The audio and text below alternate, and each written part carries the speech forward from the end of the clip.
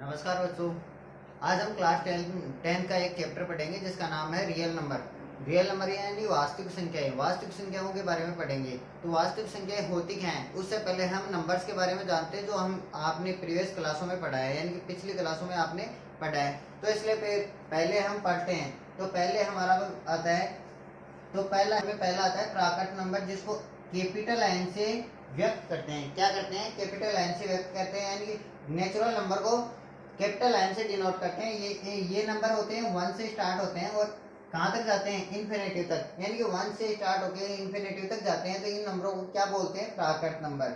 दूसरा आता है अपने पास पूर्ण नंबर या पूर्ण संख्या। तो पूर्ण संख्या होती है, तो पूर्ण संख्या में क्या होता है? इसको W से डिनोट करते हैं, यानी कि व्यक्त किससे करते हैं? W से व्यक्त करते हैं। और इसमें क्या होता है कि नेचुरल नंबर यानी कि प्राकृत संख्या है, उसमें जीरो और इंक्लूड कर लेते हैं। क्या इंक्लूड कर लेते हैं? जीरो और नेचुरल नंबर, यानी कि जीरो और इंक्लूड कर लिया और नेचुरल नंबर है, तो उसको क्या बोलेंगे? पूर्ण नंबर या होल नंबर। तो ये क्या है? जीरो से स्टार्ट होके कहाँ तक जाती है? इन्फिनिटिव तक जाने वाले नंबर होते हैं। तीसरा आता है पर पूर्णांक संख्या। क्या आती है? पूर्णांक संख्या।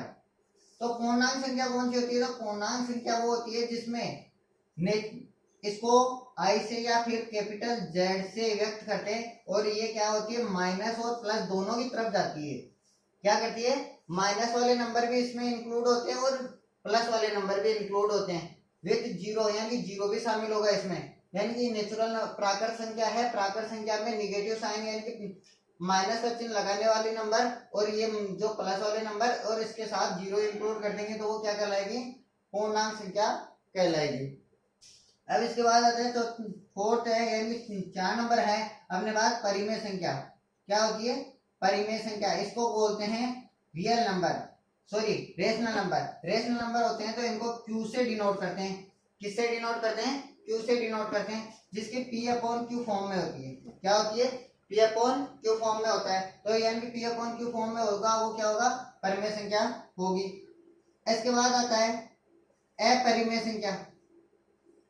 अपरिमेय संख्या। अपरिमेय संख्या को क्यू डे से डिनोट करते हैं। इसका भी पी अपॉन क्यू फॉर्म में होगा। जो आपने जब हम इस चैप्टर में इनका विस्तार से अध्ययन करेंगे, यानी कि परिमेय संख्या और अपरिमेय संख्या में फर्क क्या होता है, यानी अंतर क्या होता है, तो इसके बारे में पढ़ेंगे। अब अपने पास 6 नंबर की आती है वास्तविक संख्या। वास्तविक संख्या।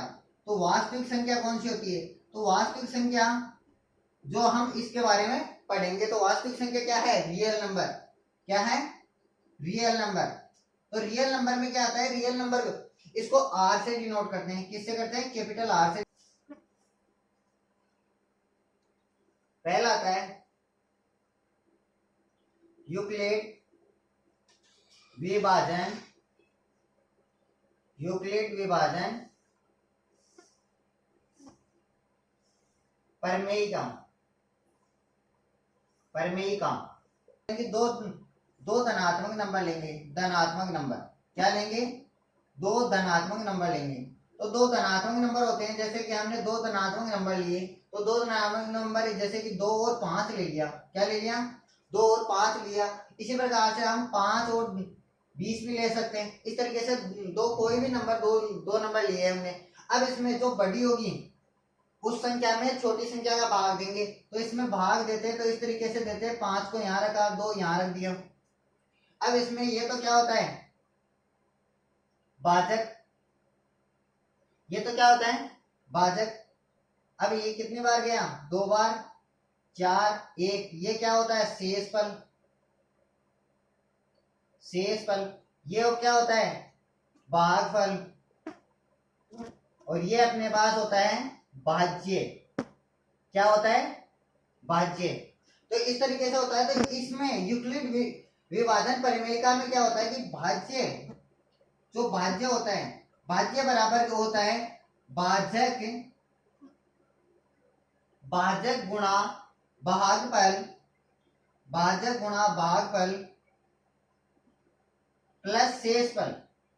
प्लस शेषफल ये होता है।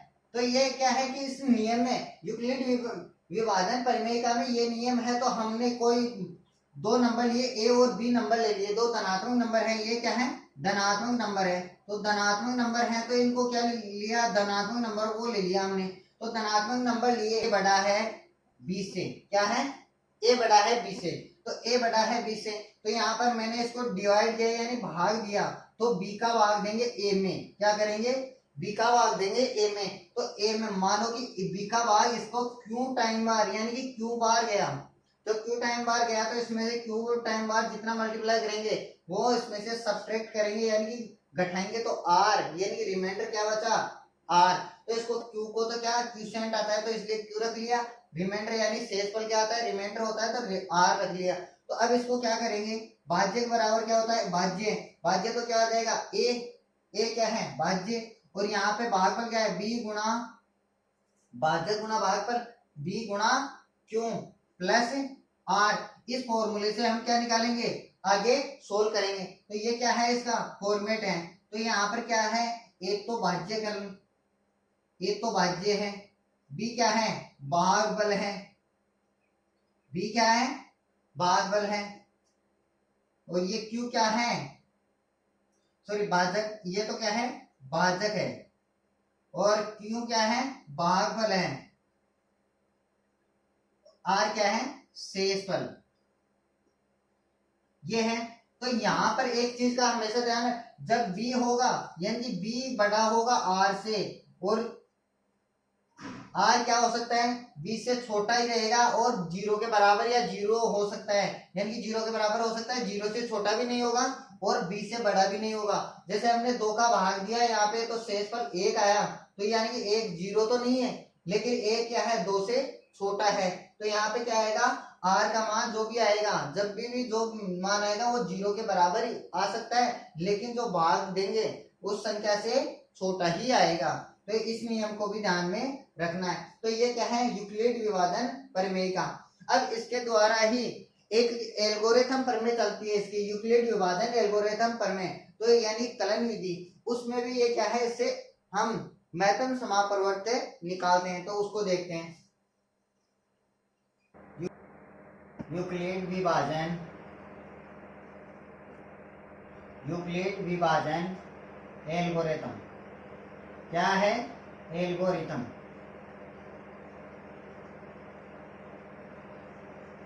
इसको कलन विधि भी बोलते हैं, क्या बोलते हैं कलन विधि,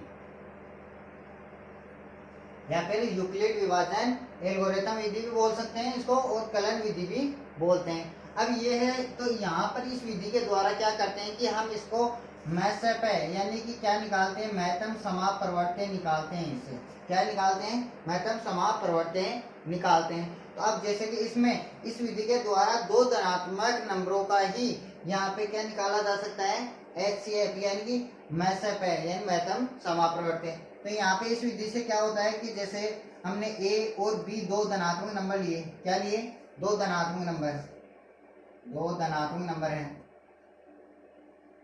दो धनात्मक ए क्या है बी से बड़ा है, ए क्या है यहाँ पे बी से बड़ा है। तो यहाँ पर एच से प्राप्त करना है यानी कि मैथम समापवर्त्य प्राप्त करने के लिए पहला चरण लेते हैं, तो इस चरण के द्वारा ही इसका उपयोग क्या करेंगे एच से प्राप्त करेंगे। तो प्रथम चरण में ए क्या है ए से बी बड़ा है या बी से ए बड़ा है, ए बड़ा है बी से, तो ए और बी में यूक्लिड यूक्लिड विभाजन यूक्लिड विभाजन प्रमेय का यूक्लिड विभाजन प्रमेय का प्रयोग करके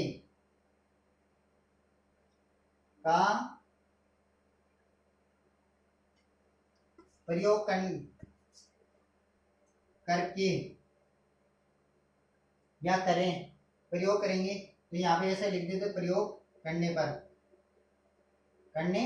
पर पूर्णांक प्राप्त होंगे, क्या प्राप्त होंगे पूर्णांक प्राप्त होंगे। यहाँ पे पूर्णांक कौन कौन से, एक तो Q1 व R सॉरी Q व R प्राप्त होंगे, क्या होंगे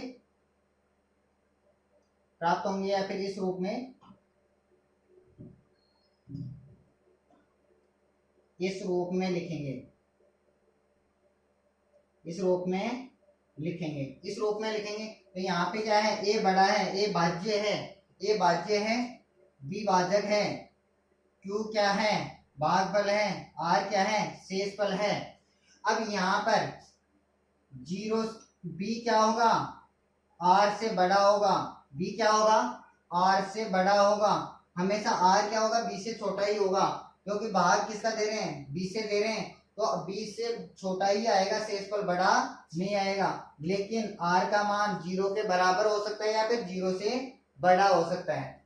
इस तरीके से लिखेंगे। अब इसके बाद आता है चरण दूसरा, चरण सेकंड, यानी कि चरण दूसरा आता है। तो यहाँ पर क्या होगा, यदि यदि r बराबर जीरो क्या होता है, r बराबर जीरो प्राप्त हो जाए, तो r बराबर जीरो, तो ए व बी का मैसअप है या एचसीएफ मैसअप है, बी होगा, क्या होगा, बी होगा। और are not equal to zero, यानी कि जीरो के बराबर नहीं हो, तो क्या होगा, उसी नियम से जीरो प्राप्त नहीं हो तो यूक्लिड विभाजन, यूक्लिड विभाजन प्रमेय का प्रयोग करेंगे, या प्रयोग करके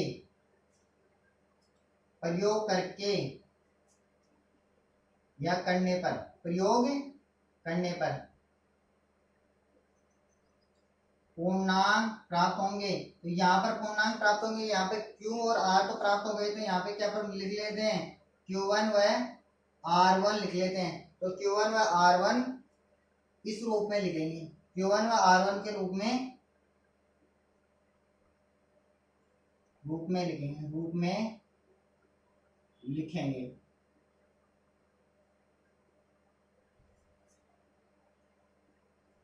तो यहाँ पे क्या आ जाएगा, अब किस में भाग दिया था, बी में भाग दिया था, यहाँ पे किस में भाग दिया था, बी में भाग दिया था, क्योंकि यहाँ पे ए तो खत्म हो गया था। इसके बाद किस में भाग दिया जा रहा है, बी में भाग दिया जा रहा है। किसका भाग दिया जा रहा है, आर का भाग दिया जा रहा है, किसका भाग दिया जा रहा है, आर का। और कितनी बार गया है, आर Q1 बराबर गया है, यानी कि Q1 के बराबर गया है, और शेषफल क्या बचा है, R1 बचा है। तो यहाँ पर R1, R तो क्या होगा, R तो क्या होगा, R1 से बड़ा होगा, क्या होगा, R1 से बड़ा होगा। लेकिन R1 क्या होगा, जीरो के बराबर या फिर जीरो हो सकता है। अब इसी प्रकार से तीसरा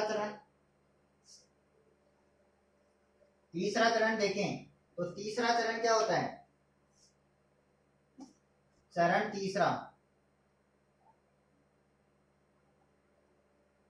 तो चरण तीसरे में यदि R बराबर जीरो, R1 बराबर जीरो, R1 बराबर जीरो प्राप्त होता है, तो यहाँ पे क्या करेंगे, ए व बी का मैसअप है, क्या हो जाएगा।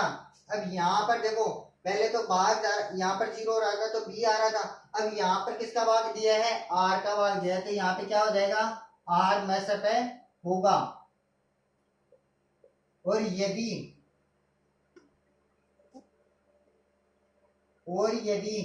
R1 के बराबर जीरो नहीं हो, R1 के बराबर जीरो नहीं हो, तो क्या होगा, यूक्लिड विभाजन प्रमेयिका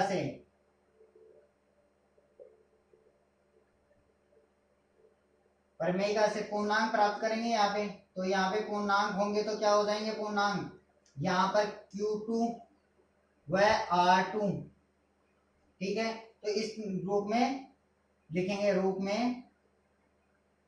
लिखेंगे,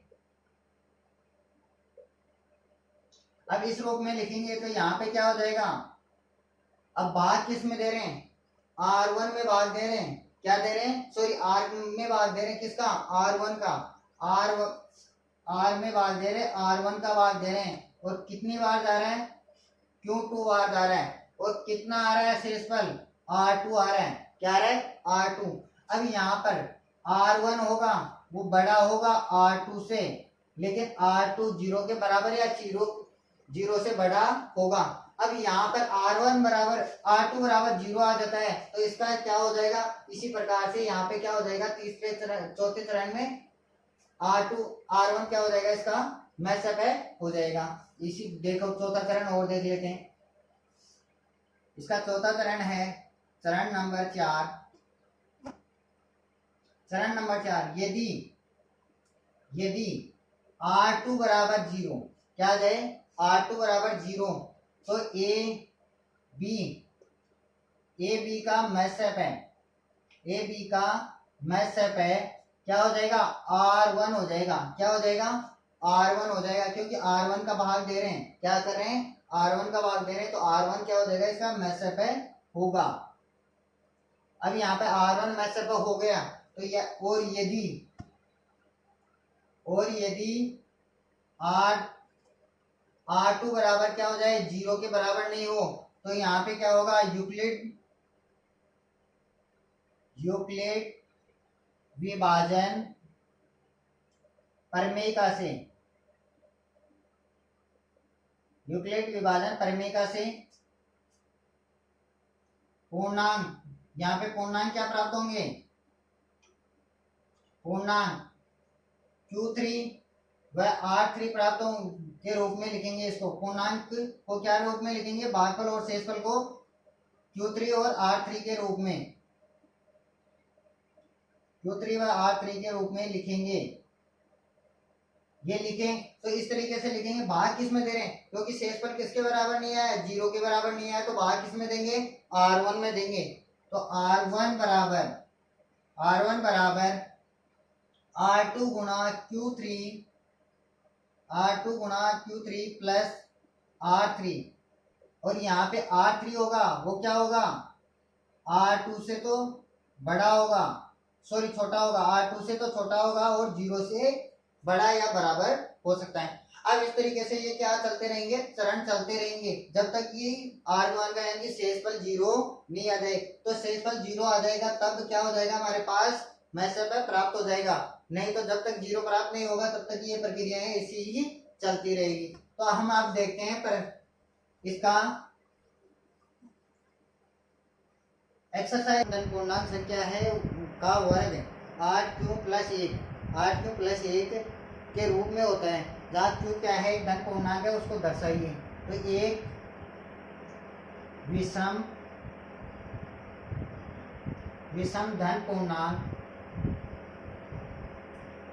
धन पूर्णांक का वर्ग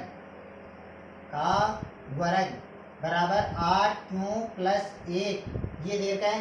Q बराबर दे रखा है धन पूर्णांक, Q क्या है, धन पूर्णांक है, Q क्या है, धन पूर्णांक है। एक विषम धन पूर्णांक का वर्ग है 8Q प्लस 1, Q क्या है, धन पूर्णांक, ये हमारे को प्रश्न में दे रखा है। तो हम इसका हल करेंगे, तो माना एक या विषम धन पूर्णांक बराबर A है। क्या माना है हमने, A माना है। हम जानते हैं कि विषम संख्या या विषम पूर्णांक बराबर A बराबर 2n प्लस 1 होता है कि नहीं होता है, होता है। अब यहाँ पे A बराबर 2n प्लस 1, जहाँ n बराबर 0, 1, 2 इस तरीके से चलेगा, यानी कि अनंत तक, यानी कि यहाँ पे n का मान 0 रखेंगे तो भी विषम धन पूर्णांक प्राप्त होगा, 0 का 1 रखेंगे तो भी विषम धन पूर्णांक प्राप्त होगा, 2 रखेंगे तो भी विषम धन पूर्णांक प्राप्त होगा। अब प्रश्नानुसार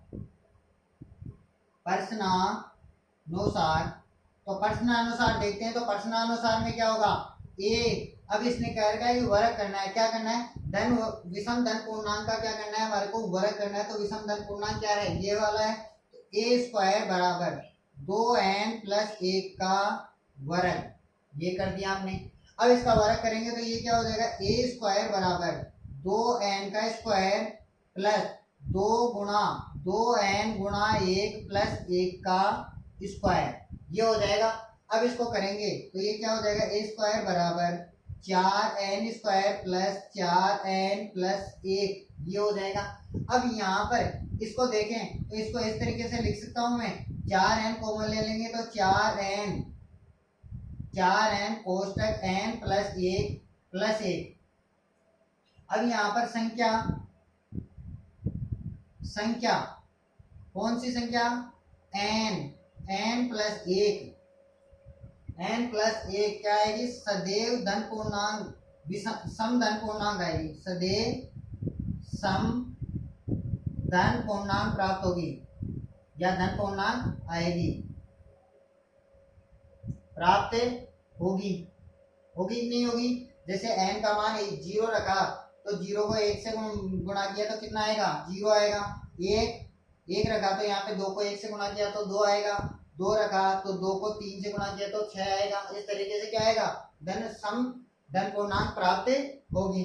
अब यहाँ पे सम धन पूर्णांक प्राप्त होगी तो यहाँ पे n प्लस 1 बराबर क्या रख सकता हूँ मैं, 2q रख लूं तो यहाँ पे ए स्क्वायर बराबर क्या रखूं, 4, इसको 8q को मैं ऐसा लिख सकता हूँ, 4 गुणा 2q प्लस 1, तो यहाँ पे 2q का मान रख दिया यहाँ से, तो यहाँ पे क्या हुआ, ए स्क्वायर बराबर 8q प्लस 1। तो यही हमारे को क्या करना था, प्राप्त करना था, यही हमारे को सिद्ध करना था, तो हमने प्राप्त कर लिया, तो इति सिद्धम।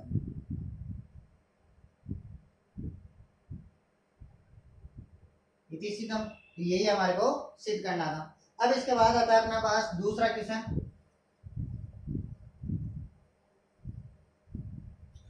अपने नोटबुक में उतारते रहना ताकि आगे आपको सहूलियत रहेगी इसको पढ़ने में। अब इसका दूसरा क्वेश्चन देखा है, यूक्लिड विभाजन प्रमेय का द्वारा दर्शाइए कि किसी धन पूर्णांक संख्या का घन, किसी धन पूर्णांक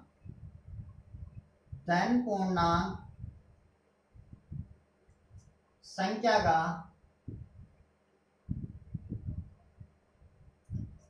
घन, किसी धन पूर्णांक संख्या का घन 9q, क्या है 9q, या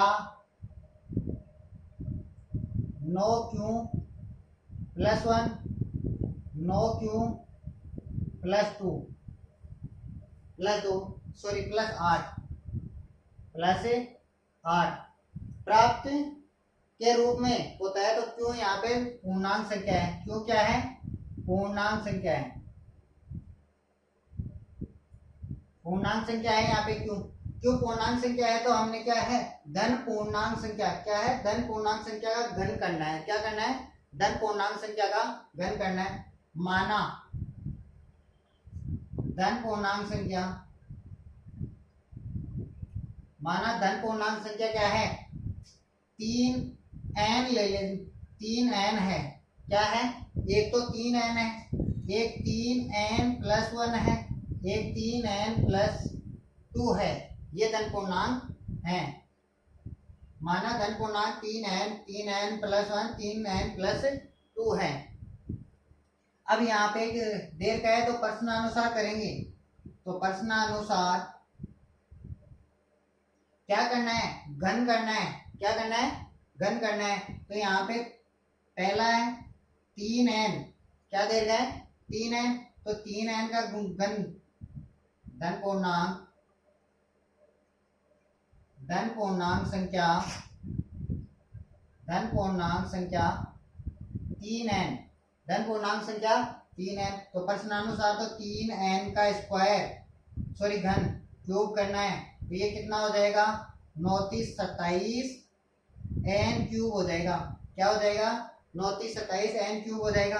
अब 9 3 27 हो जाएगा तो मैं इसको इस तरीके से लिख सकता हूँ, क्या 9 गुणा 3n square, sorry n cube, ऐसा लिख दूं। तो यहाँ पे 3n क्यूब बराबर क्यों, 3n क्यूब बराबर क्यू, तो यहाँ पे क्या आ जाएगा हमारे पास, नो क्यू, क्या आ जाएगा, नो क्यू। पहला हमारे को प्राप्त हो गया, क्योंकि यहाँ पे जो मान आएगा इसके गुणा में जो मान आ रहा है वो यानी कि इस रूप में प्राप्त हो रहा है या नहीं हो रहा है, ये वाली चीज हमारे को शो करनी है। ऐसा नहीं कि ये ऐसा का ऐसा ही प्राप्त होगा, ऐसा का ऐसा तो हमारे को लाना पड़ेगा, तो इस रूप में ही प्राप्त हो रहा है। अब इसी प्रकार से दूसरा है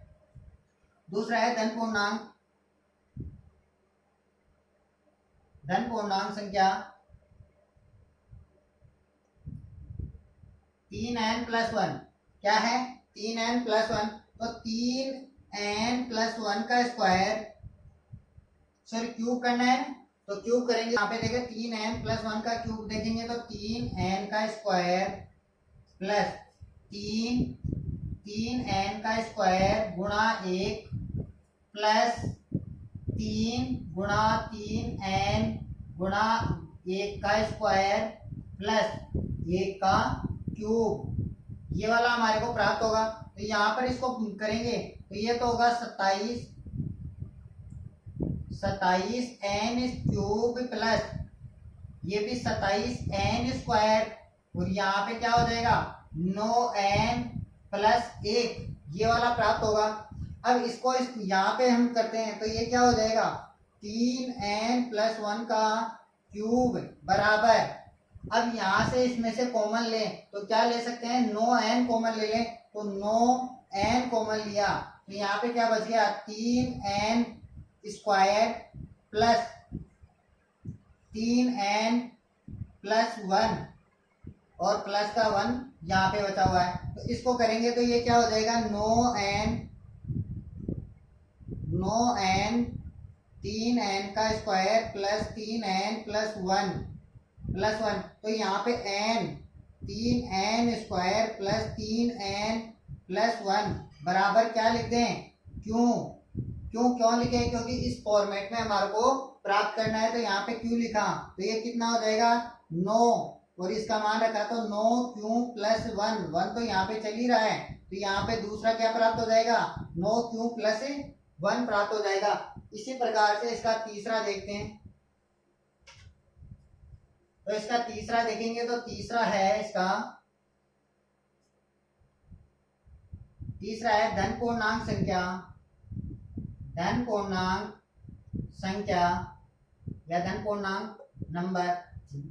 संख्या 3n+2, तो 3n+2 का वर्ग करेंगे, घन करना है ना, तो घन करेंगे तो ये क्या हो जाएगा, 3n का क्यूब प्लस 3n का स्क्वायर गुणा 2 प्लस 3 गुणा 3n गुणा 2 का स्क्वायर प्लस 2 का क्यूब, ये हो जाएगा। अब इसको सोल्व करेंगे तो ये क्या हो जाएगा, 27n³ प्लस 27 27 गुना 54n² प्लस 9 9 चौक 36n प्लस 8, ये प्राप्त हो जाएगा। अब इसको सोल्व करेंगे तो यहाँ पर क्या देगा, इसमें से क्या कॉमन ले लें, 9 कॉमन ले लें, 9n कॉमन आएगा तो यहाँ पे बचेगा 3n², यहाँ पे 6n और यहाँ पे 4 ये बचेगा, तो यहाँ पर ये बच गया प्लस 8, ये हो गया।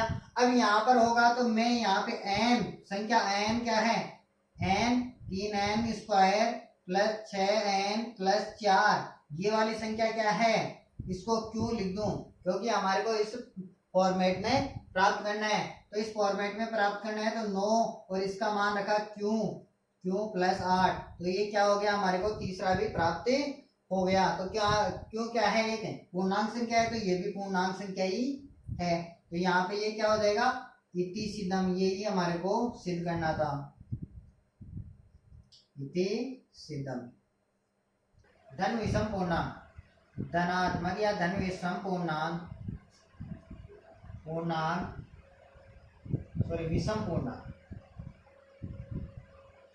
विषम पूर्णांक संख्या को 6q प्लस 1 या 6q प्लस 3 या 6q प्लस 5 के रूप में व्यक्त करना है, रूप में व्यक्त करना है। अब यहाँ पर इसको हल करना है तो हमारे को माना धन विषम पूर्णांक बराबर क्या है, ए माना, क्या माना, ए माना है, क्या है, ए है। अब यहाँ पे धन पूर्णांक संख्या ए है तो यहाँ पर देखो ए और बी है, दो धन पूर्णांक संख्या ले रहे थे हम, ए और बी। तो यहाँ पे ए तो क्या है, धन विषम पूर्णांक है, बी क्या है, बी के बराबर 6 दे रखे हैं, क्या दे रखे हैं, 6। तो यहाँ पे क्या करेंगे, यूक्लिड विभाजन परिमेयिका या फिर एल्गोरिथम परिमेयिका से। तो यहाँ पे क्या हो जाएगा, ए बराबर, तो यहाँ पे बी बराबर तो क्या है 6 क्यू हो जाएगा, 6q प्लस आर, क्या हो जाएगा, आर। तो यहाँ पे ए का मान क्या है 6q प्लस आर, यहाँ पे बी बराबर तो क्या दे रहा है 6 दे रहा है, यानी 6 का भाग लग रहा है, किसका भाग दे रहे हैं, 6 का भाग दे रहे हैं, यानी भाजक क्या है 6 है और भाज्य क्या है ए है और भागफल क्या है क्यों है और आर क्या है शेषफल है। तो यहाँ पर है, तो यहाँ पर आर शेषफल क्या प्राप्त हो, संभावित शेषफल। तो संभावित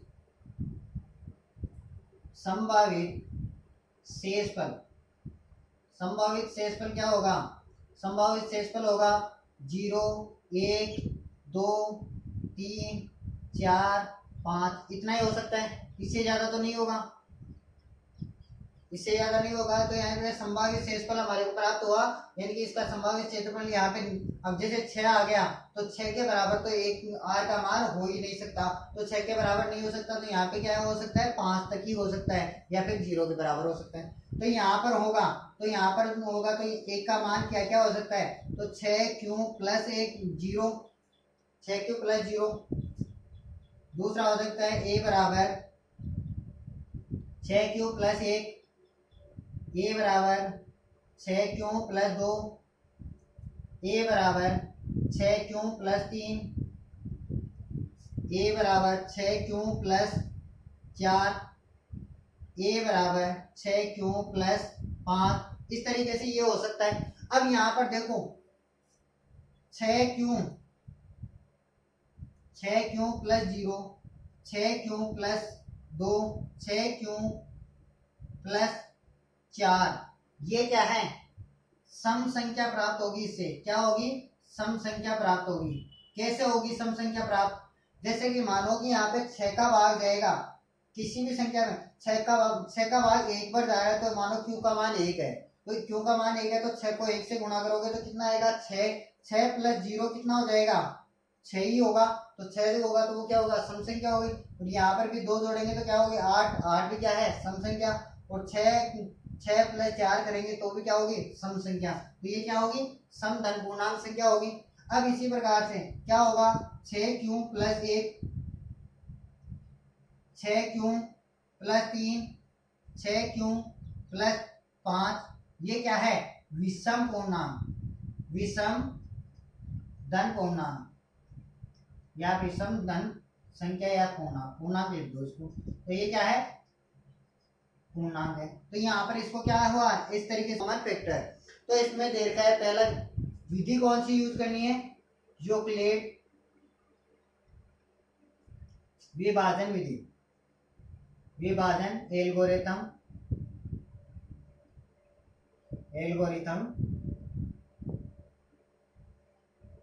या फिर कलन विधि, कलन विधि भी बोलते थे, इस विधि को उपयोग में लेना है। पहला दे रखा है इसका 210 55, अब यहाँ पे 210 बड़ा है 55 बड़ा है, 210 बड़ा है क्या है 210 बड़ा है 55 से, किससे बड़ा है 55 से बड़ा है 210।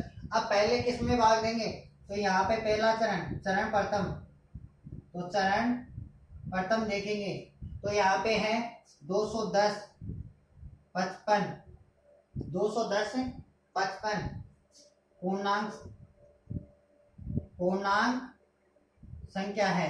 क्या है? पूर्णांक संख्या है। दो धनात्मक पूर्णांक संख्या है। यूक्लिड विभाजन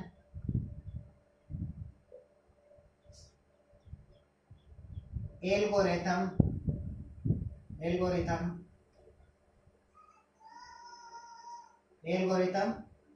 विधि से। तो यहाँ पे इससे करेंगे तो पहला चरण है, तो इससे करेंगे तो 210 बराबर 210 में भाग देना है किसका? 55 का। 55 का भाग देंगे 210 में, कितनी बार जाएगा? तो यहाँ पे 210 में 55 का भाग दिया, कितनी बार जाएगा? 3 बार जाएगा। कितनी बार जाएगा? 3 बार जाएगा। 4 बार जाएगा तो 220 हो जाएगा। तो 220 तो नहीं होना है, तो 3 बार जाएगा। तो 3 बार जाने पर कितना हो गया? 165।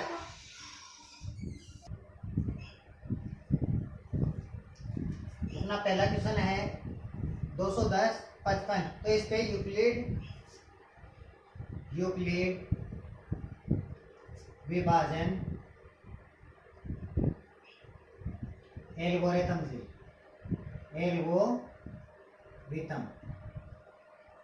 अब एल्गोरिथम का प्रयोग करना है, तो यहाँ पर करना है पहला चरण पहला लेंगे। तो चरण पहला क्या होगा? 210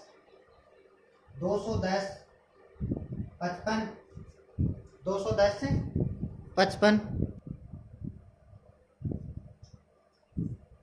तो चौथे का पहला क्वेश्चन है अपने पास 210 55। तो यहाँ पे यूक्लिड विभाजन एल्गोरिथम।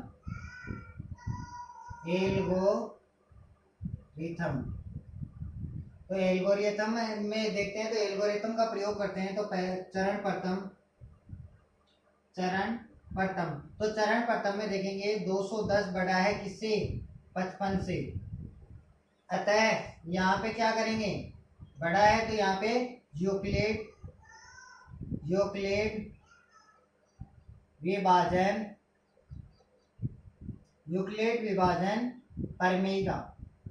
परमेयिका से। तो यहाँ पे परमेयिका से देखेंगे, तो यहाँ पे परमेयिका से देखेंगे तो 210 बराबर 55। अब 55 का भाग कितनी बार देंगे? तो 3 बार भाग देंगे। 4 बार भाग देते हैं तो कितना हो जाएगा? 220 हो जाएगा। लेकिन यहाँ पे तो 210 ही देर का है, तो यहाँ पे 55 का भाग देंगे 3 बार। तो 3 बार भाग देने पर 165 हो जाएगा। शेष फल बचेगा 45। क्या बच जाएगा? 45 बच जाएगा। तो चरण दूसरा, यहाँ पे चरण सेकंड। तो चरण सेकंड लेंगे, तो यहाँ पर क्या होगा कि 45 है। 45 शेष फल 45 जीरो के बराबर नहीं है। अतः 55 बड़ा है 45 से। इस पर यूक्लिड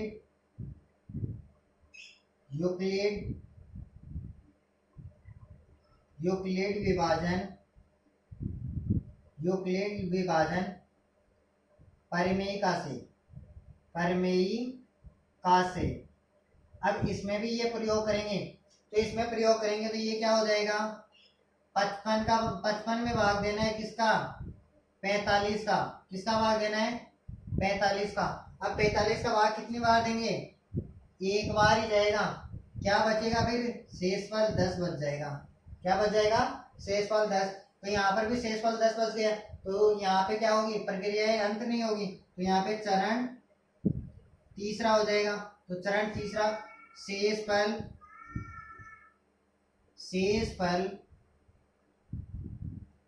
फल 10 जीरो के बराबर नहीं है।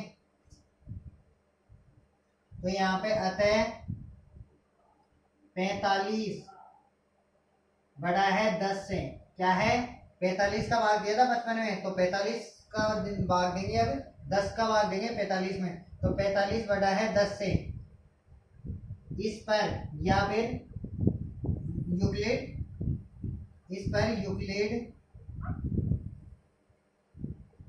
यूक्लिड विभाजन परमेयिका से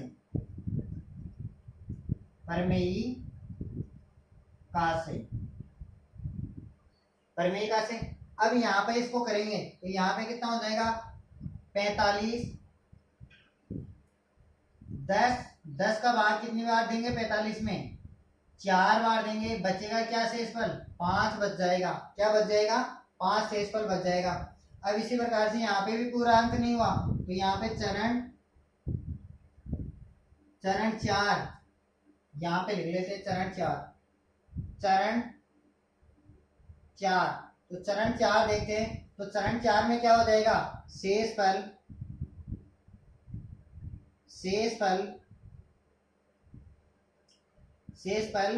5 0 के बराबर नहीं है, अतः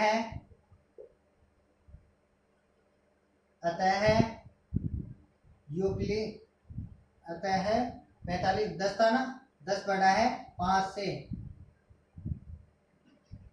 यूक्लिड विभाजन परमेयिका से। अब इसमें करेंगे तो ये क्या हो जाएगा 10 बराबर 5 गुणा, अब 5 का भाग कितनी बार देंगे 10 में तो 2 बार जाएगा, शेषफल क्या बचेगा 0, अतः 0 आ गया तो शेषफल 0 आते ही क्या हो जाएगा प्रक्रिया, यहाँ पे इस तरीके से लिख लो शेषफल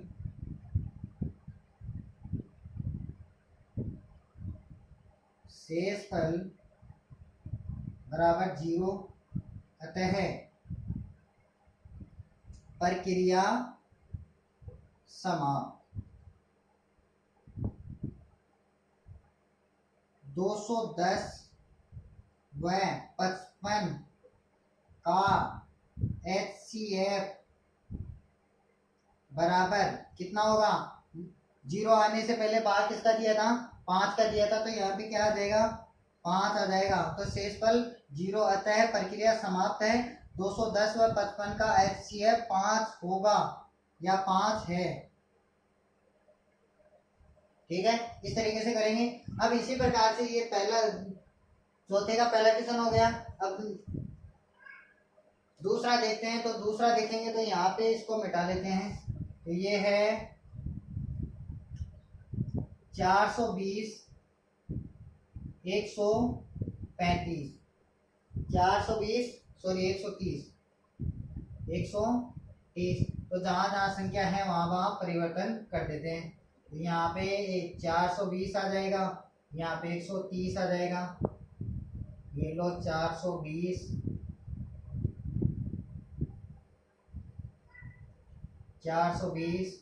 अब 420 में 130 में को कितने से गुणा करें, 130 को कितने से गुणा करें 3 से गुणा करें, तो 3 से गुणा करेंगे तो कितना हो जाएगा 39, यानी कि 390 तो यहाँ बच जाएगा 30।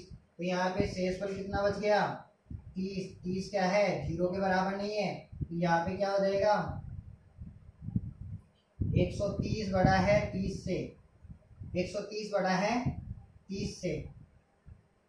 अब यहाँ पे 130 30 का भाग दिया 3 4 बढ़ जाएगा और बच गया शेष 10, बच गया 10। अब यहाँ पे 10 शेष बचा तो यहाँ पे क्या आ जाएगा, यहाँ पे आ जाएगा 30 आ गया। अब यहाँ पे ये आ जाएगा, तो ये आ जाएगा 30 बराबर 10 गुणा 3 प्लस 0। अब यहाँ पे ये चरण तीसरे में समाप्त हो गया, तो ये वाली प्रक्रिया ये वाला इतना नहीं लिखना है, इसमें ये वाला नहीं लिखना है, और यहाँ पे ये क्या लिख देना है अतः शेषफल, तो 2 इसमें आ जाएगा 420 व 130 का HCF कितना हो जाएगा 10 हो जाएगा, कितना हो जाएगा 10 हो जाएगा। अब इसी प्रकार से तीसरा देखते हैं, तो 75 व 243 75 व 243 पिछहत्तर हुआ 243। अब यहाँ पे 243 बड़ा है पिछहत्तर से, 243 75, तो ये लो 243 75, यहाँ पे कर देंगे। तीसरा है 243 75।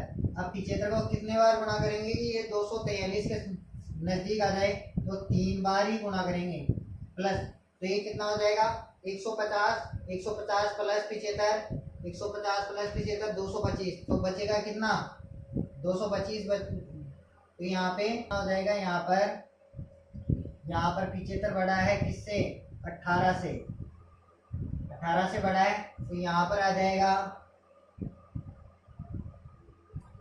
75, तो 18 का भाग देंगे कितनी बार जाएगा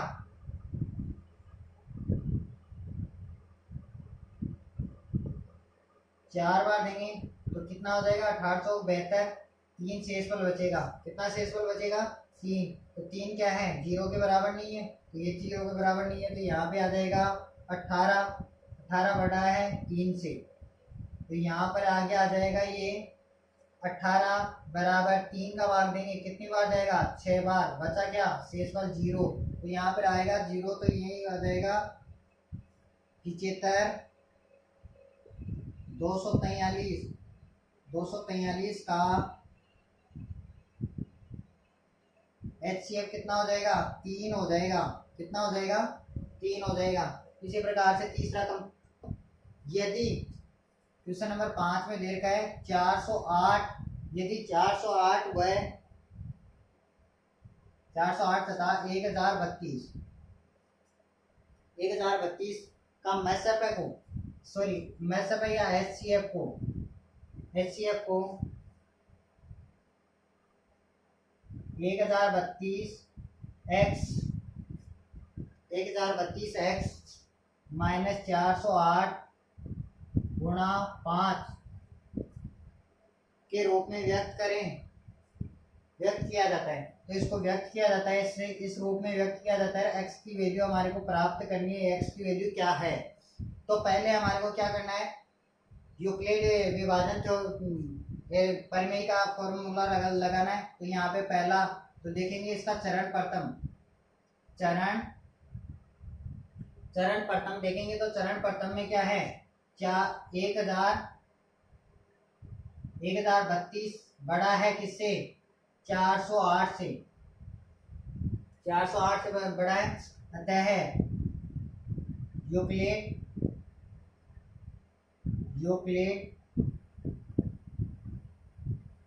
विभाजन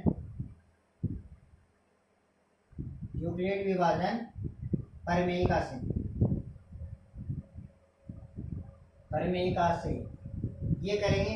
अब यहाँ पर करेंगे तो यहाँ पे क्या हो जाएगा 1032 बराबर 408, क्या है 408 का भाग दिए 1032 में कितनी बार जाएगा, यानी कि कितनी बार भाग दें, तो यहाँ पर भाग देंगे 3 बार भाग देते तो 1000 से ऊपर चला जाएगा, तो 2 बार भाग लगेगा, कितनी बार भाग लगेगा 2 बार भाग लगेगा, बचेगा कितना 216 बचेगा, कितना बचेगा 216। देखो कितना हो जाएगा 816 में से 1032 में से 816 घटाया तो कितना बचेगा 216। चरण दूसरा देखेंगे, चरण दूसरा है तो यहाँ पे शेषफल 216 किसके बराबर नहीं है 0 के बराबर नहीं है, अतः 408 बड़ा है किससे 216 से। यूक्लिड विभाजन परिमेयिका से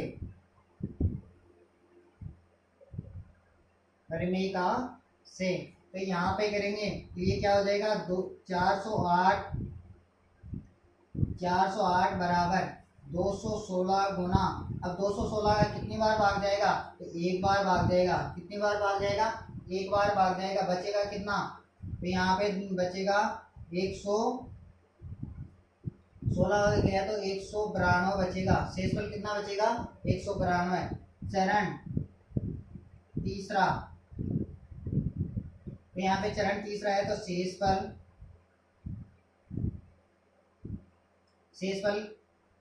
शेषफल कितना बचा? शेषफल 192। 192 जीरो के बराबर नहीं है, अतः 216 बड़ा है 192 से। तो यहाँ पे क्या होगा? यूक्लिड विभाजन प्रमेयिका से, यूक्लिड विभाजन प्रमेयिका से। तो अब इसमें फॉर्मूला लगाएंगे तो ये क्या हो जाएगा? 216 बराबर 192। तो 192 का कितनी बार भाग जाएगा? एक बार भाग जाएगा। शेषफल कितना बचेगा? तो यहाँ पर शेषफल बचेगा 24 शेषफल बचेगा। कितना शेषफल बचेगा? 24 शेषफल बचेगा। तो यहाँ पे चरण चौथा शेषफल 24 किसके बराबर नहीं है? जीरो के बराबर नहीं है, अतः 192 बड़ा है किससे? 24 से।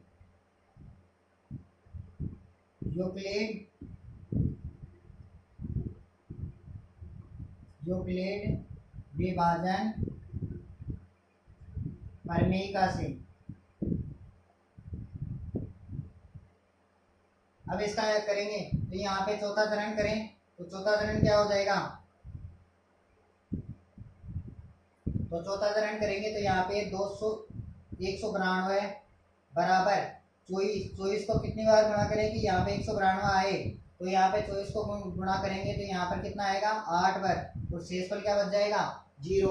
तो यहाँ पे जीरो आते हैं तो क्या हो जाएगा? ये प्रक्रिया समाप्त। प्रक्रिया शेषफल जीरो, या क्या लिख देंगे? शेषफल बराबर जीरो प्राप्त। अतः प्रक्रिया समाप्त। अतः प्रक्रिया समाप्त। संख्या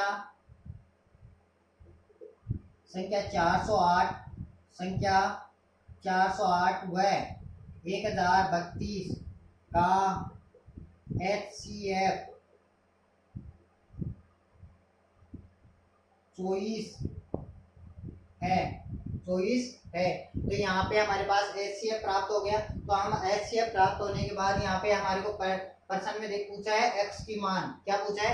x की मान। तो यहाँ पे HCF का मान बराबर दे रखा है कि HCF का मान इतना है। तो यहाँ पे हम इसको तो यहाँ पे करेंगे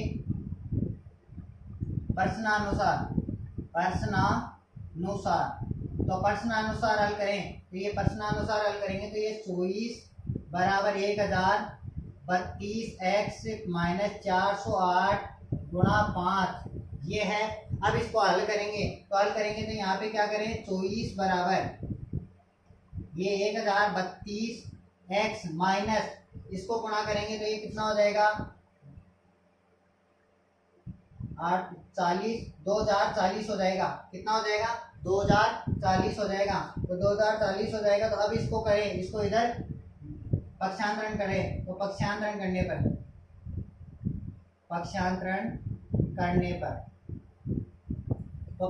करेंगे तो यहाँ पे 24 प्लस 2040 बराबर 1032 x।